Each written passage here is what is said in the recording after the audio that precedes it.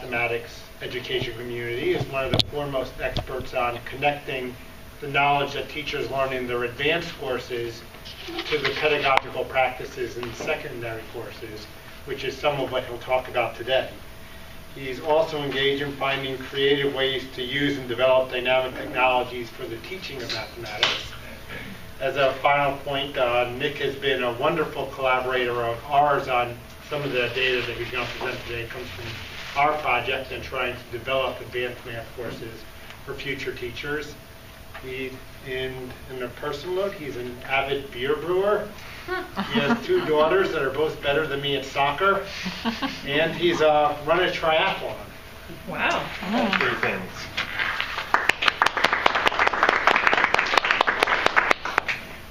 Thanks, Keith, and thanks, Erica, for having me. So I'm excited to be here to get a chance to share some of my thoughts and some of my work relating to teacher education, and particularly secondary teacher education.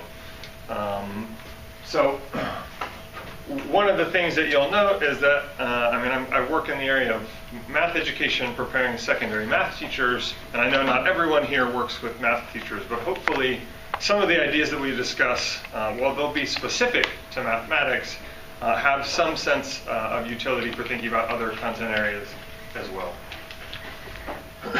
So at the undergraduate level, most prospective secondary teachers are required to major in their content area. This is generally true. We want science teachers to be science majors, we want history teachers to be history majors, and math teachers to be math majors. And one of the questions that I sort of often think of when I look at this is, what does a 10th grade biology teacher gain from taking neurobiology? What does a high school physical science teacher gain from taking quantum mechanics? What does a 9th grade algebra teacher gain from taking abstract algebra? Now, for some people, these might be somewhat offensive in nature. A lot of people would say, look, this is really important. This is important that teachers know these things. It's important.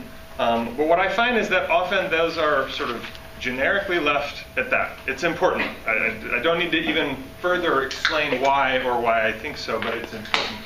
And yet, what I find is that that's not always a sufficient answer. That we're not thinking about these courses just in relation to general knowledge, but we want to understand why it is we're requiring these things in the first place. So what does a 9th grade algebra teacher gain from taking abstract algebra? Again, this might vary depending on content area, but in mathematics, it turns out not much. It turns out that in our field, that teachers gain very little from taking these advanced coursework. So, in the 90s, there were people looking at counting courses that teachers took as sort of a predictor on student performance in classes, and what they found was that courses after a 5th course really had little to no positive effect. This is where most advanced content courses sort of fall. A math major takes 12 different courses, and so all those ones after this 5th course really aren't doing a whole lot in terms of student gains. We've learned a lot since then for thinking about not just quantity, but quality, right? There's a difference between bean counting courses and the quality of their knowledge, but this idea sort of still holds here. And when you ask teachers themselves report gaining very little from these courses. They can't relate them to specific experiences in teaching in their classrooms. They don't often report very much value acquired, and certainly can't talk about influence on teaching.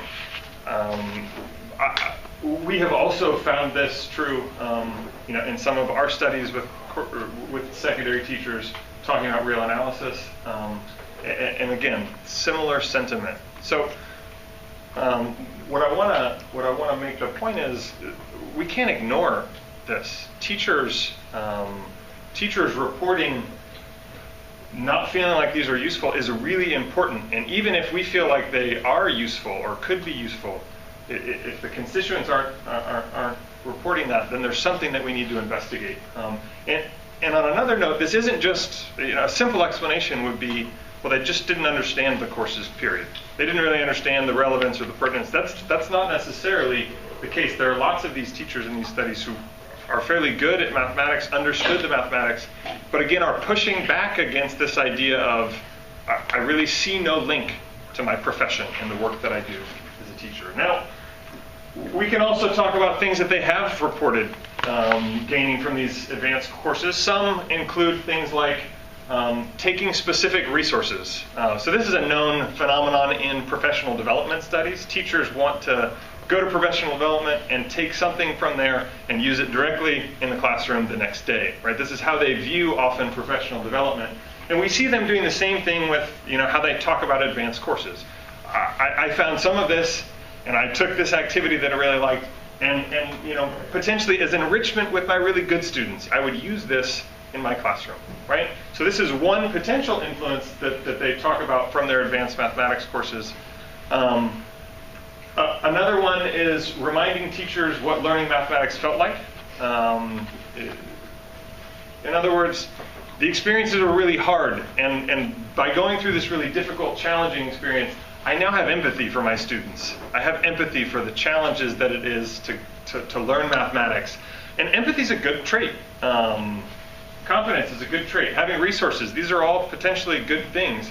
But I would say both of these things are very tangential.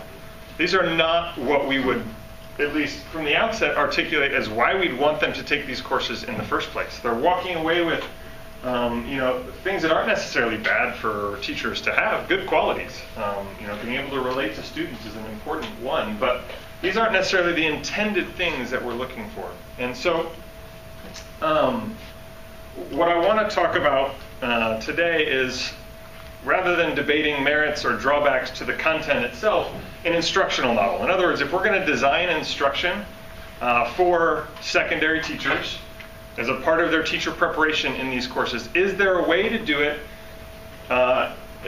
so that it's productive for the audience of secondary teachers, so that they walk away finding value in it, and in fact finding value in their classroom practice from these kinds of things. And so we'll start with thinking about teacher knowledge. So in the math education world, teacher knowledge and discussions about teacher knowledge over the past 20 years have increasingly become practice-based. What that means is they're thinking about content knowledge, mathematical knowledge, in reference to the kinds of mathematics that teachers use in the classroom, the work that they do. And so by practice-based, that's sort of what we're talking about when we think about teacher knowledge, that it's the resources, the mathematics that teachers use while they are engaged in their work as educators. And so I'll share with you my approach to thinking about this. So I generally think of mathematics sort of as this space. There's a lot of mathematical ideas in it, and that we can situate a teacher sort of somewhere in this, and we can think about ideas that are relatively close, local to the mathematics that the teacher teaches. In other words, these are the kinds of things that are closely connected to the content that they teach, as well as temporally close in terms of when it's typically developed. And so, for a teacher, this is their world. This is the mathematics that they teach. These are the ideas that are really close to what it is that's being taught. And yet, by looking at sort of a local neighborhood of mathematics, we can think about things outside of that region. And in this case, advanced math and advanced coursework, things that they study in their undergraduate studies, is often temporally far removed from the content that they're teaching. And so the question is, how does sort of knowing this mathematics outside of this, sort of advanced ideas, things like quantum mechanics or abstract algebra, how does it influence the sort of local teaching?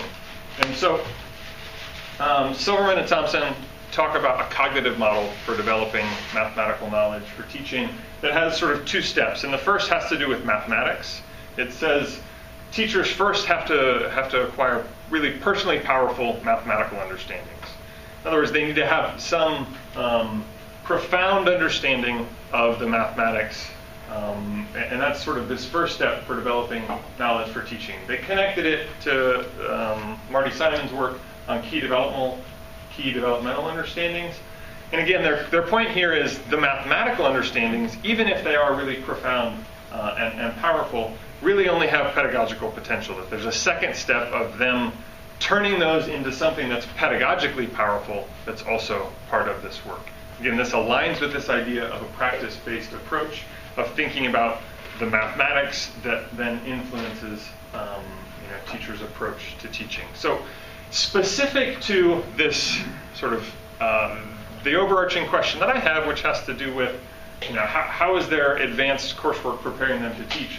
This sort of looks like, okay, well, first, how does this advanced coursework sort of serve as a really fundamentally developmental understanding for how they think about the local content that they teach? In other words, there needs to be some way in which that study of non-local mathematics reshapes, reorients their own understanding of the mathematics they teach.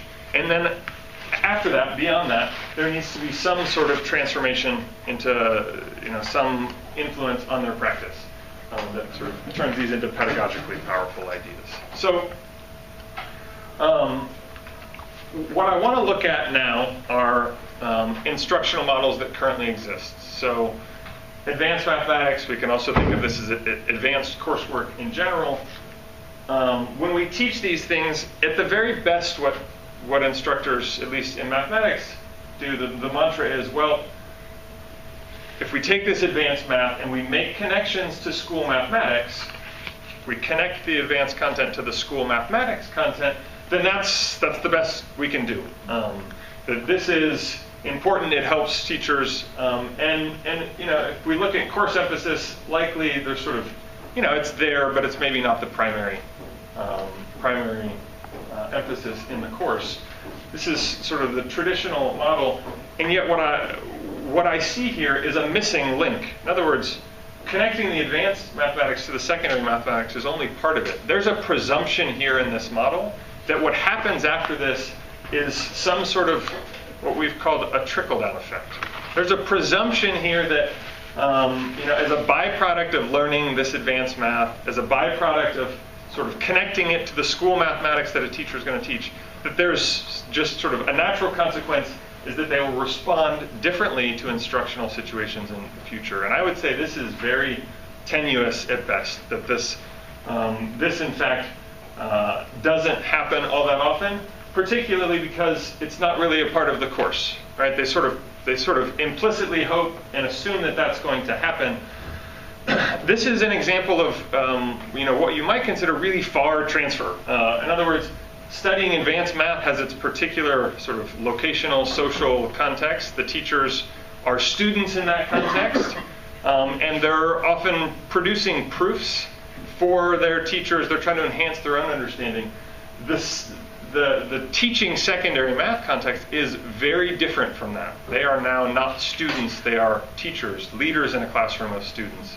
They are no longer trying to write proofs for their own understanding or for someone else's pleasure, but trying to help students understand things. And so this sort of presumed trickle-down effect, in fact, isn't working. This is the kind of approach that I think has been failing secondary teachers, at least in the world of mathematics. It's this presumption that that's how things happen. And so we've developed an alternative model that really attempts to bridge this idea, that attempts to build from teaching situations that lead up to study of the advanced content that then are revisited and step back down to reconsider these teaching situations. And I look at this sort of as backward engineering. In other words, we're starting with what kinds of influence on practice could these understandings have? And then how do we make sure that the study of the advanced math is really building the mathematics that then would help them make these connections to practice? Two comments on this. One, I presume advanced math in this model to be true to its rigorous form and reasoning. In the math education world, often people talk about advanced content courses being watered down versions. In other words, we're really not teaching abstract algebra, we're really just teaching some basic ideas in here. And so when I look at this, I'm actually presuming that is the rigorous form that's typically involved in those advanced courses. The second is that the pedagogical situations, these sort of implications on teaching, must be both authentic as well as meaningfully improved by the study of this advanced math. So when I look at here, there needs to be some mathematical goal that is advanced in its nature, and we're also adding in this idea that there needs to be some explicit pedagogical goal that's clear and is connected to good mathematics instruction. Again, that's facilitated by the advanced content or study of it. So this is currently in collaboration with some people here at Rutgers, as well as Temple and Teachers College in a project called Ultra, Upgrading Learning for Teachers in Real Analysis. We've been designing modules and implementing them with secondary teachers. So the first iteration of this happened at Teachers College last spring. As a part of this, we designed 12 of these modules and implemented them in this course and sort of current ongoing data analysis and collection over this grant cycle.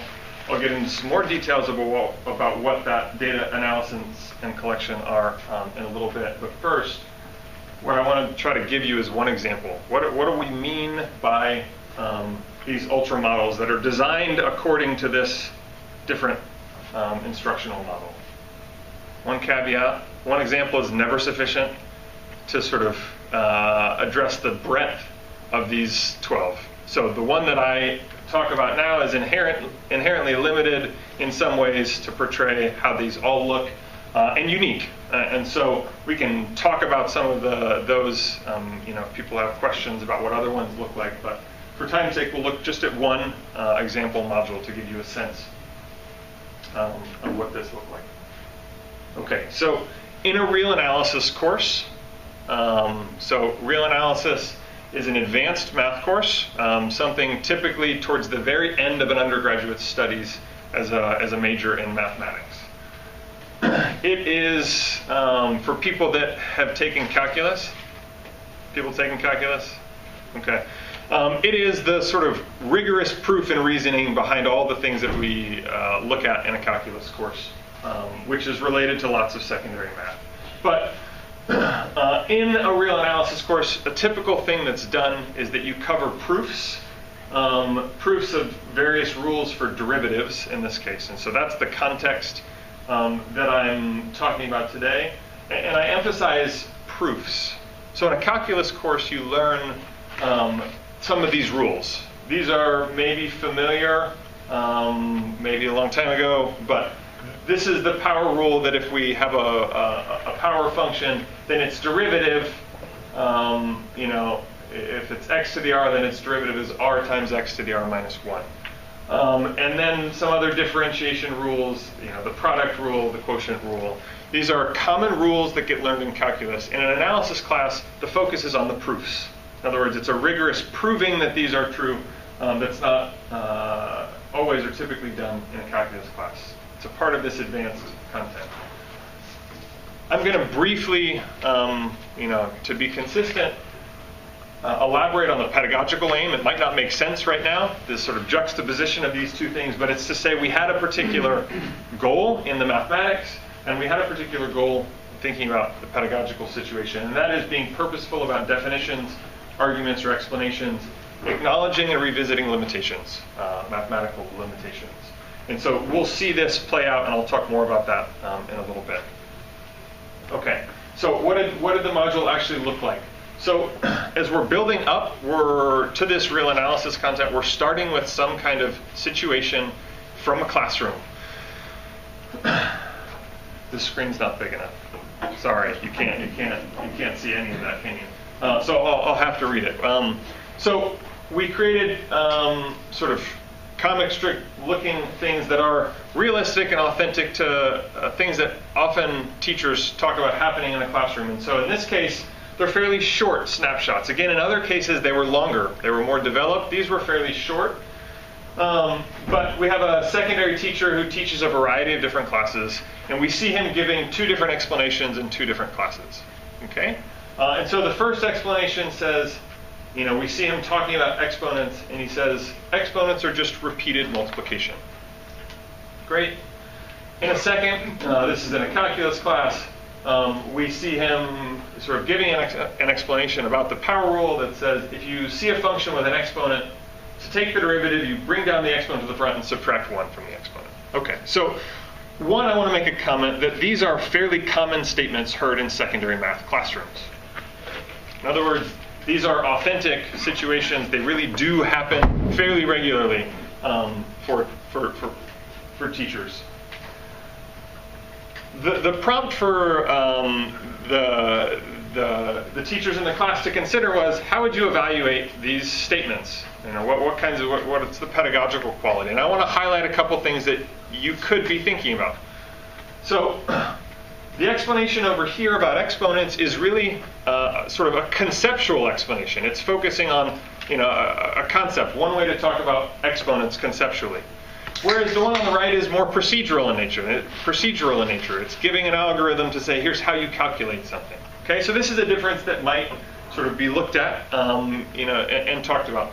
Others, you might focus on some specific phrasing, you know, repeated multiplication, I'm not sure what that means, or a function, what do you mean by a function? Do you mean an equation, or do you mean... So there's some specific things that can get attended to here in terms of thinking about the language of the explanation. But one of the things that comes up is that these two statements are fairly limited in scope. And what I mean by that is talking about exponents as repeated multiplication is in fact limited only to talking about whole numbers. In other words, we can't think about repeatedly multiplying something 2.2 times. You know, in other words, this explanation has some intrinsic limitations to it, mathematical limitations that are important also to consider. The same here.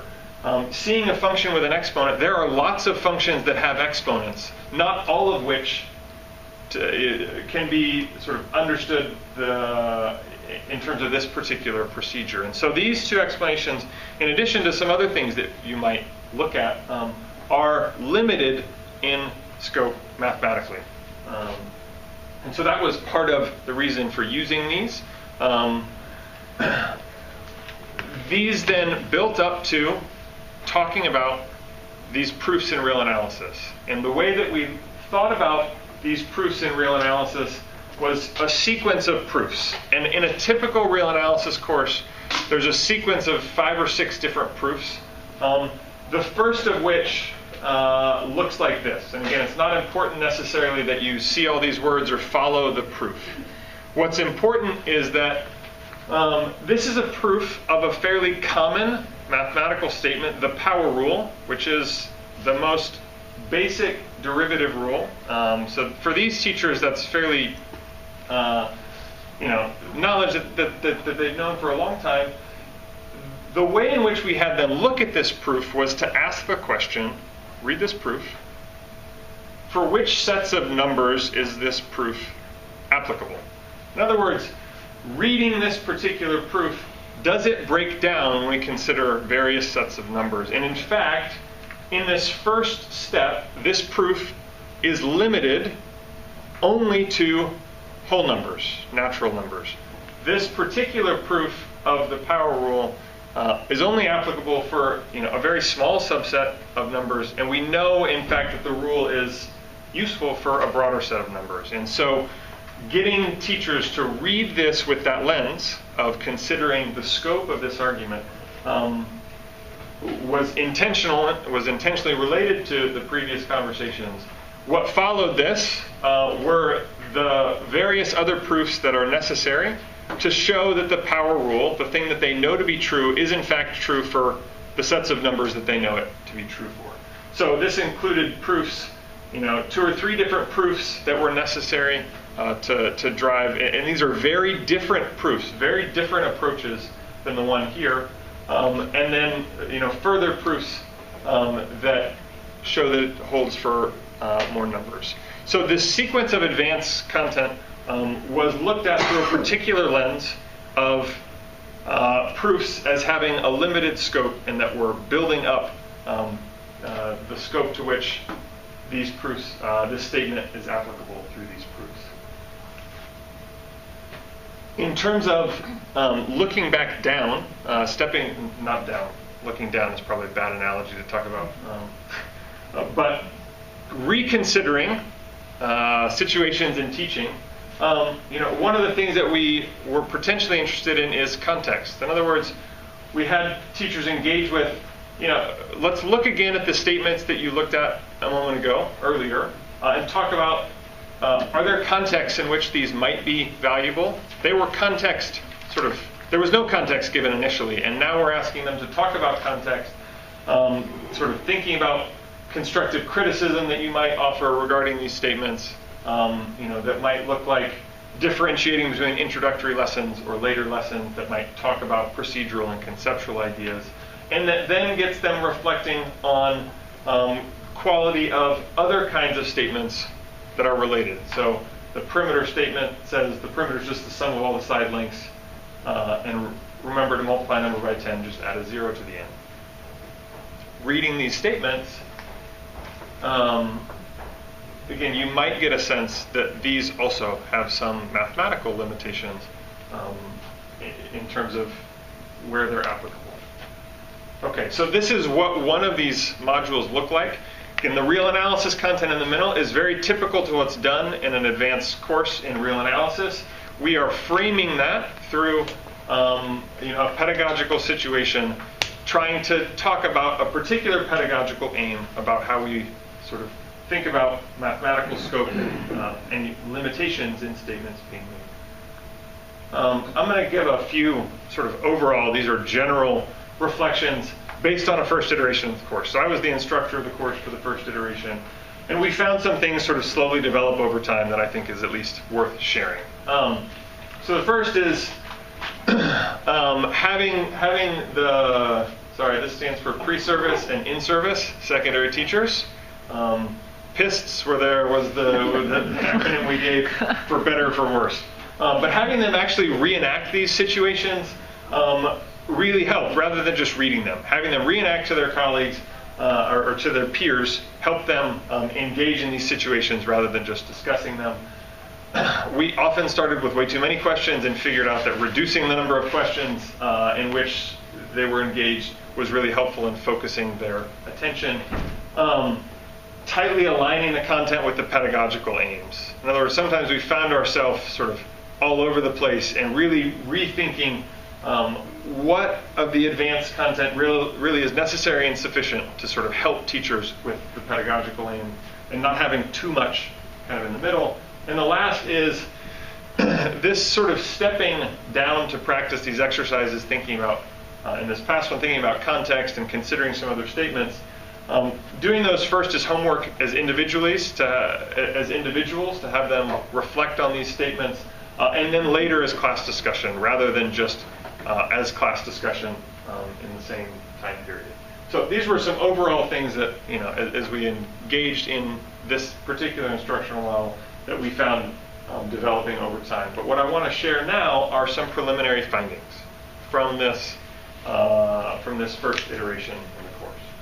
So I'll give some basic information. There were 31 in-service and pre-service teachers that were participated in the course. We audio and videotape students' work on the in-class parts of these tasks. We collected homework responses. We collected weekly written reflection assignments that were really about the implications that they saw on teaching. We had focus groups at the end of the course. About 20 of the participants participated, about 5 in a session. And then we are currently following 6 teachers into their classrooms as sort of follow-up data collection, where we're observing them teach and sort of talking to them about it. And so I'll share bits and pieces of data from each of these, or from many of these sources.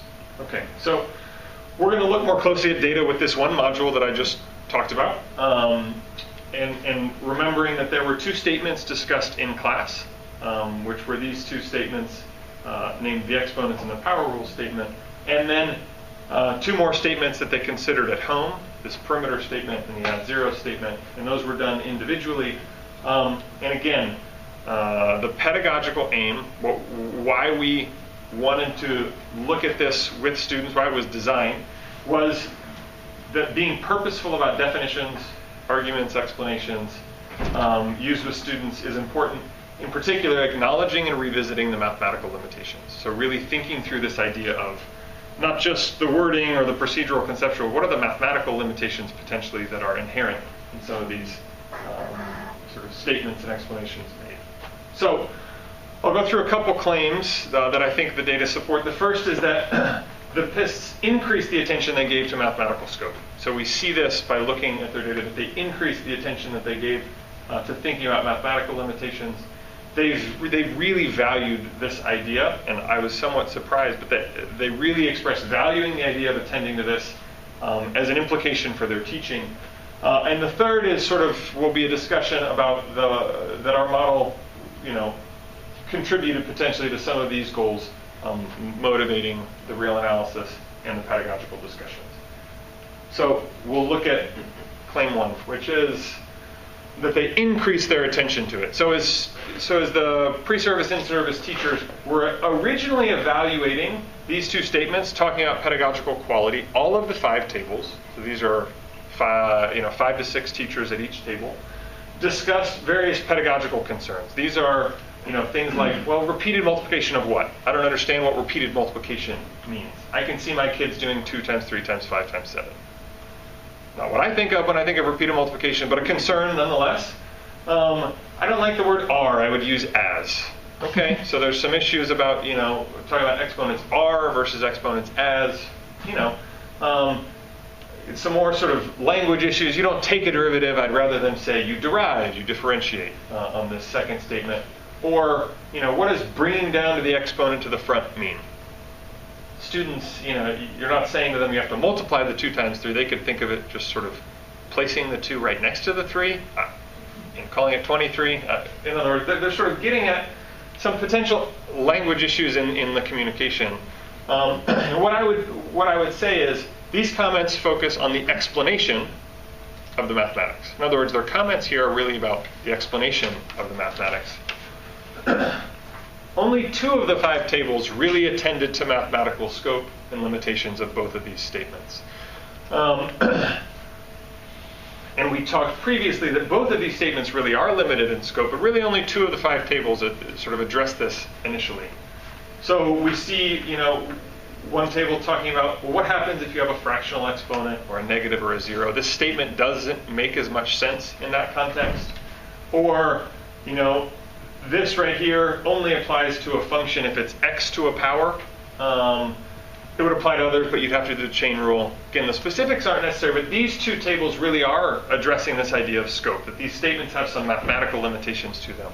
But not everyone was doing this. And again, these comments focus on the mathematics of the explanation, right? They're sort of thinking about the mathematics of the explanation. I will make one side note, which is even for these 2 tables, they weren't really trying to exhaust all the possible scenarios in which the statement might not. They just found sort of one and moved on, and I find that somewhat interesting. Sort of, it was their discussions about limitation were somewhat limited. If we look at how they engaged in this on the 2 statements that they went and looked at home, all 31 actually correctly noted the limited scope of these statements. Again, surprising that all 31, usually there's 1 or 2 that don't do that, but I'm fairly surprised that all of them attended to this. And in addition, the quality of their attention to the scope also increased. They were really trying to think about sort of loopholes for which the statement might not work, which I found to be interesting. So let's take a look at some examples of what was submitted and discussed. So the perimeter is just the sum of all the side lengths. They see that this is true for a polygon, a shape with straight sides, but for a circle it doesn't make sense. For this sort of funny blob, it wouldn't necessarily make sense. And that figures have to be closed. So for a shape like this, that also doesn't make sense because it's not a closed figure. We see other people talking about interior segments. So for a shape that's sort of has segments on the inside, that adding all the side lengths, again, doesn't really talk about perimeter. Again, circle comes up. We see them trying to break these statements with the second statement to multiply a number by 10, just add a 0. It doesn't make sense. Pi times 10 isn't pi 0. 0.5 times 10 isn't 0.50. There's a really limited scope for which this is true. And again, you see the degree to which they're really playing this out in a variety of contexts, trying to break it, recognizing when it's valid and when it's not. Okay, so I think those speak to this idea that they increase their attention to the mathematical facets of these explanations. We also found them valuing this idea, really valuing this idea in relation to their teaching. So from the written reflections, so we collected written reflections. From this lesson, one really dominant theme emerged, and again, this was surprising compared to the other 12 lessons, that there really was, 25 out of the 27 teachers reflected on this same idea. They said something to the effect of, that attending to scope and language was really stemming from this module, that they hadn't really considered it much before, and that they really found it valuable for their teaching. So this lesson made me realize that as a teacher, I must pay close attention to what I'm saying. When I make statements that have errors, I need to know the loopholes or misconceptions and be conscious of these as I create examples and answer questions. So they were really attending this and found value in it for their teaching. From the focus groups, this is 3 months later, this also came up as one of the dominant themes from the course overall. I don't think I ever really analyzed what I might be leaving out of definitions. That was really sort of mind-blowing, provocative. This was an in-service teacher saying, I've become now, throughout the course, very critical of how, in hindsight, I've given definitions in the past and sort of how that has played out in my teaching even now. So this came up from the reflection data and the focus group data, but these are self-reports, right? These are reports that the teachers are making. What did it actually look like in practice? So this is a first attempt at sharing some data that has come out from observing teachers in their classroom. So in a calculus class, we observed a teacher. This is a calculus teacher sort of in class making a statement saying, okay, so if you're continuous on a closed interval, then you can guarantee you'll have an absolute maximum. In others, they're making some statement, and they're really reiterating that's as long as you are continuous on a closed interval. They're reiterating the scope to which this statement applies. In other words, the sort of the givens that are a part of it. A student comes up and is trying to break it and draws a parabola. Okay?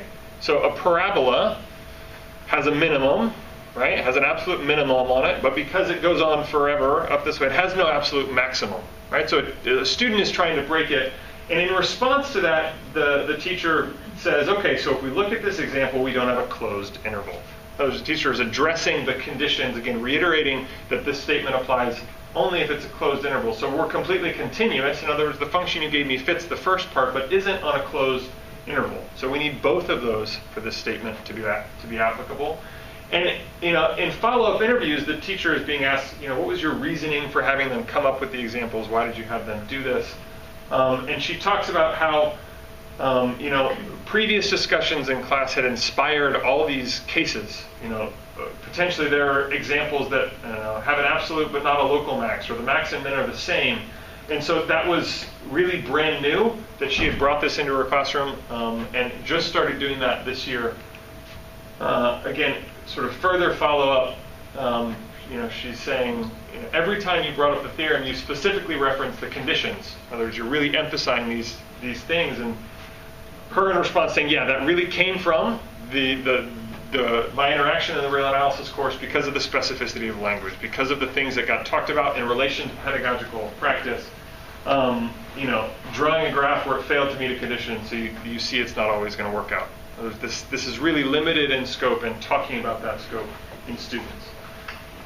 That was a calculus class. In a pre-calculus class, we have a teacher introducing, talking about inverse functions, and draws this picture on the board about an inverse function, and sort of gives this statement here about ordered pair. And one of the things that I'm highlighting here, and this is sort of a nuance in mathematics, but there's a difference between an inverse function and an inverse relation. And the teacher is really attending to both of these things in a way that we found sort of striking. She was really careful to use that language. And we see her sort of sharing her thoughts on why she's introducing inverse functions this way. And so this first part sort of talks in general about, okay, yes, sort of part of this analysis course has gotten me thinking about, how much to let on, what's the intersection of helping students learn without confusing them too much or simplifying the math too much. So she's really wrestling with this balance that we found interesting, and we see sort of follow up here the specific way she's introducing. She's actually really carefully thought through and constructed. So inverse functions are often introduced by sort of saying it undoes an operation. So an inverse function sort of undoes the original operation. And she talks about, well, I mean, that gets sticky. There's situations, there's examples, square root of x and x squared, where that's actually not a good way to describe an inverse function as undoing, because it doesn't really undo in the way that we might like. It sort of gets messy. And so she's avoided that, but she said, I've given sort of an image that gets across the idea of undoing. In my, sort of read of it, it gets this across this idea of undoing, but also avoids this language formally so that students don't overextend or overgeneralize. And we see her really attending to this idea, and it's playing out in practice in some way, shape, or form. And so we're seeing some of this come up as the teachers are engaging in their own classroom teaching. So the last is that our model contributed to these goals. This is anecdotal evidence based on one module. We can't really go too much further because it's just based on one module. I have some ideas about this, but for timing's sake, I can come back to this, but if there aren't a lot of questions, but I'd rather have time for questions. So we found that there were ideas, at least anecdotally, that this building up contributed to the real analysis. In other words, they were critical about the pedagogical idea, which made them more critical about the mathematics in the analysis course. And that by studying the real analysis through the lens that we did, that when coming back down to the pedagogical aims, that they were then much more attentive to the mathematical limitations in these explanations, which again, we also see supports this general model idea. So again, I've shared some data about one module. I've used one module to sort of give you a sense of what this instructional approach looked like. That, of course, has inherent limitations. This is, some of the things that I've discussed are unique to this one thing. But what we found, other modules were different, and we found, that teachers also found value in changing their practice from some of them as well. So, in wrapping up, teachers are required to take lots of these courses, and yet they find very little value in them. In mathematics, at least, they report finding very little value in this. This instructional model at least has some potential upsides for secondary math teachers. By connecting not just to the content of secondary mathematics, but to teaching situations, we've provided some relevance to the professional work that they engage in. And we see, based on a first iteration, that they really are developing some of these pedagogical practices as well as developing the mathematics content. So with that, I will say thank you, and end with questions and comments.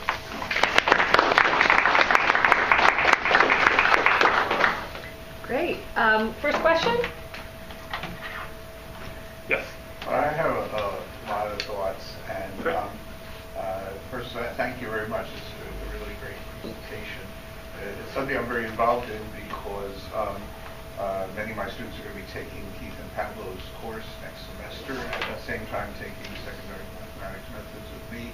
So a lot of opportunities for connecting these things. So I was focusing on the affective side of what you were saying, and you began with this example that one of the takeaways from advanced math was emotional, and the teachers remembered how tough it was, remembered how bad it was, and so had more empathy with their students. And of course, I kind of have the perspective that the ideal is for teachers to love mathematics. And it would be wonderful if what they took away from their advanced courses was, now I really love this stuff. Now I really see what it's about, things like that. Yeah. So I think there are a lot of opportunities for that. Unless you doing. And I don't know if you have any measures of affective shifts in the teachers, pre-service and service teachers, but if you haven't looked at that, I would highly recommend adding that to your post-evaluative questions and maybe pre-evaluative, to get a sense of what difference it's making and how they feel about the mathematics. And just a related idea, because you talked about this stepping up. Why don't you call it stepping up to practice? I mean, that would convey to me that the teaching of mathematics is a whole order of magnitude more complex than mathematics itself, because it involves mathematics and it involves cognition and affect and all these human things at the same time. So you could refer to that stage not as stepping down to teaching, but as stepping up to teaching. And I think that would send just that one word would be very powerful. Yeah, we've had thoughts about that again from the picture, right, is where we got these sort of phrases, but we've also noticed, down often we view negatively, right? And so figuring out better ways to describe that. When you're meeting a challenge and you're stepping up to the challenge. It fits. Yeah, I appreciate that. Yeah. So Wu has suggested that we really need to split the ed majors from the pure math majors and your model definitely goes in that direction. Do you think that's required, or do you think there's a way to do this that, for example, I'm at a tiny institution that can only teach one section every year, or maybe every other year of this course? Yeah, these are great questions. So I'll do my best to answer them. One, realistically and practically speaking, lots of places couldn't offer different sections, right? So the fact that I'm at an institution teaching a course that is only to, pre-service and in-service teachers is somewhat unique, right? I would say we started from the premise that that there really is that there's something unique to the work of teaching, that the profession of teaching has its own distinct knowledge base, and that when we think about what teachers need from these courses, that ideally I do think that they're somewhat tailored and different, and so that this values that idea that there's a knowledge base for teaching that's different from what a general math major takes. I find is valuable for the profession. Practically, it's not useful, and so we've seen these as I think these could be used in a variety of ways. So institutionally,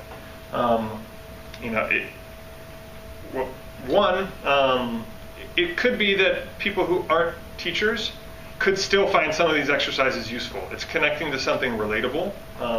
Again, I question that myself, but some people have argued that in general what's good for teachers is often also good for a broader audience of math majors. That's been true in thinking about sort of getting at conceptual ideas, etc. I think we're really trying to tailor to teaching here in a way that maybe makes that a harder